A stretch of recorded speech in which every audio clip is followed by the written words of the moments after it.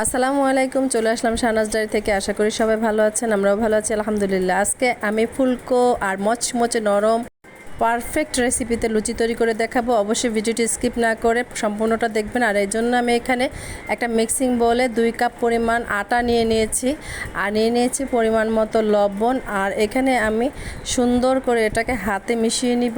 আর দিয়ে নিচ্ছি 2 কাপ পরিমাণ সয়াবিন তেল। তেলটাকে ময়দার সাথে সুন্দরভাবে মিশিয়ে নিতে হবে। আর এখানে আমি 1 চামচ পরিমাণ কালো জিরা দিয়ে নিব। আর এখানে দিয়ে নিচ্ছি 1 চামচ পরিমাণ চিনি।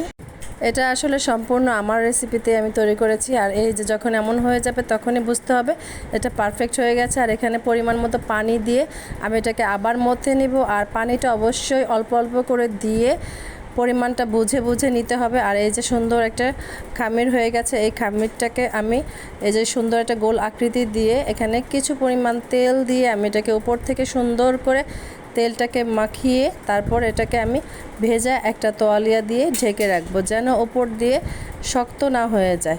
এই যে আমি এখন 20 মিনিট পরে এটা যখন উঠিয়েছি তখন এই যে এটা এত সুন্দর সফট হয়ে গেছে। আসলে খামিরটা খুবই নরম হয়েছে আর এটা পারফেক্ট একটা ডো তৈরি হয়েছে।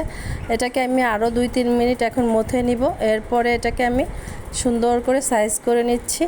যে যার রুচি মতো করে নেবেন। যদি বড় লুচি করতে চান তাহলে বড় আকৃতি দিবেন। আর আমি এখানে আসলে ছোট ছোট করে তৈরি করব, এজন্য আমি ছোট করে কেটে নিচ্ছি। এটা আসলে পুরির মতো হবে। এই যে আমি ছোট করে কেটে নিয়ে এখন এগুলোকে সবগুলোকে গোল করে কিছুক্ষণ 5 থেকে 10 মিনিটের জন্য আমি এগুলোকে রেস্টে রাখবো। আর রেস্টে রাখার পরে এগুলো একটু সফট হয়ে যাবে। এই যে এমনটাই হয়ে গেছে। এখন আমি আবারও তেল দিয়ে তারপর এটাকে নিয়ে সুন্দর করে এই যে বেলে নিয়েছি। আগে থেকে চুলোয় তেল বসিয়ে গরম করে নিয়েছি। আর এখন লুচিটা দিয়ে দিলাম। দেখুন কি সুন্দর, অল্প সময়ে ফুলে উঠেছে, খুব সুন্দর লাগছে। আর এটা খেতে খুবই সুস্বাদু হবে, ভেতরে সফট থাকবে আর উপরে মচমচে থাকবে। আর এটা যারা আপনার বেশি মচমচা করতে না চান তারা অবশ্যই সাদা অবস্থাতেই উঠিয়ে নেবেন। এই যে আমার প্রথম লুচিটা হয়ে গেছে আলহামদুলিল্লাহ, দেখুন।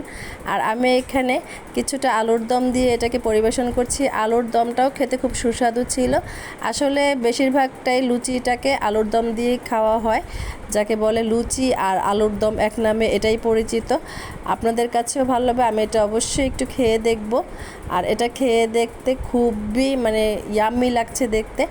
আর খেয়ে নিলাম আলহামদুলিল্লাহ, খুবই সুস্বাদু ছিল। আপনারাও বাসায় ট্রাই করবেন।